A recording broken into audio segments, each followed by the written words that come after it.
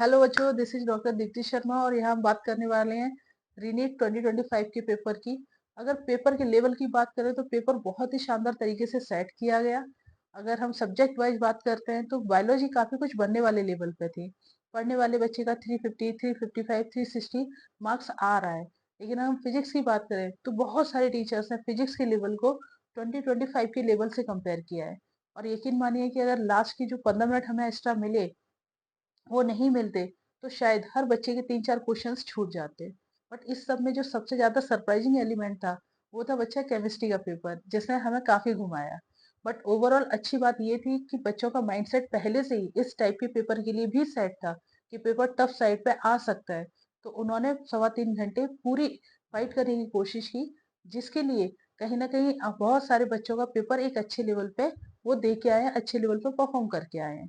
अगर हम बात करते हैं बच्चे पेपर के लेवल के बाद, जिसका हमें सबसे ज्यादा एक्साइटमेंट होता है कि यार कट ऑफ क्या रहने वाला है, क्या लास्ट ईयर जैसा रहेगा या लास्ट ईयर से कम ज्यादा होगा।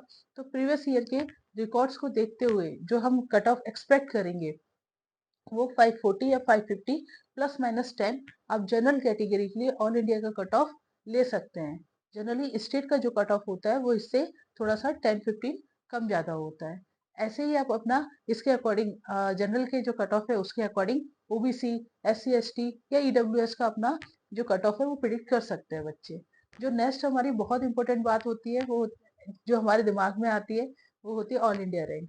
जितनी भी अनाउंसमेंट अभी सुनने में आ रही है, जितने भी इंस्टीट्यूट्स ने जो क्लेम किया है उसके अकॉर्डिंग कहीं ना कहीं हम ये मान सकते हैं कि इस साल ऑल इंडिया रैंक 1 710 या 710 प्लस पे एक्सपेक्ट की जाएगी। और अगर ऐसा होता है तो हम 100 तक की जो रैंक है वो कहीं ना कहीं 680 प्लस मार्क्स पे कंसिडर कर सकते हैं। अगर हम 2000 तक की रैंक की बात करें तो 650 660 प्लस मार्क्स पे हम 2000 तक की रैंक एक्सपेक्ट करेंगे बच्चे। 5000 तक की जो रैंक है उसमें 590 प्लस मार्क्स पे हमारी एक्सपेक्टेशन रहेगी। 10,000 तक की जो रैंक है वो 560 प्लस मार्क्स पे हम एक्सपेक्ट कर सकते हैं। और 50,000 तक की जो रैंक है वो 540 प्लस मार्क्स पे एक्सपेक्ट की जाएगी। बच्चे ये जो रैंक है वो कॉन्क्रीट होती है, कट टू कट नहीं होती, क्योंकि ये एक प्रिडिक्शन है प्रीवियस रिकॉर्ड्स को देखते हुए। हो सकता है आपकी जो फाइनल जो रिजल्ट आए उसमें आपका रैंक इससे थोड़ा वेरी करे, बिकॉज इट्स अ प्रिडिक्शन। इसके अलावा एक बहुत इंपॉर्टेंट मैसेज और है बच्चे।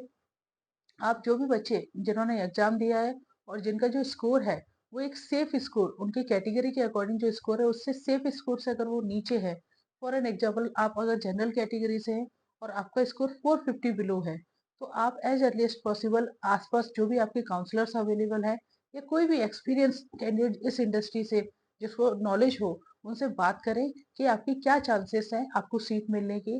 और अगर वो चांसेस बहुत कम है बच्चे या ना के बराबर है तो आप एज अर्ली एज पॉसिबल फिर से नीट की तैयारी शुरू करें।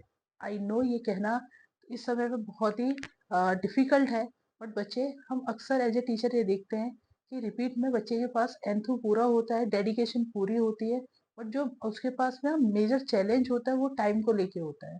और इस बार ऑलरेडी हमें पता है कि जो हमारा पेपर है सीबीटी 2027 सीबीटी मोड पे होने वाला है, अनाउंसमेंट हो चुकी है। तो एक साल में फिर से पूरा सिलेबस पढ़ना, उसमें बहुत सारे एग्जाम्स देना, उसका अच्छे से आप बहुत मल्टीपल टाइम्स रिवीजन करना और उसके टेस्ट को एक नए फॉर्मेट में सीबीटी फॉर्मेट में एडजस्ट करना, उसको अडॉप्ट करना, ये टाइम कंज्यूमिंग रहेगा बच्चे। तो कहीं हमें वो स्ट्रगल ना हो, इसलिए अगर आपका जो स्कोर है वो सेफ स्कोर से नीचे है और आपको कम चांसेस हैं कि इस बार आपको सीट मिल पाए, तो टाइम ना खराब करते हुए आप एज अर्ली एज तैयारी फिर से शुरू करें, रिलैक्स करें, spend time with family and enjoy your vacation. All the best.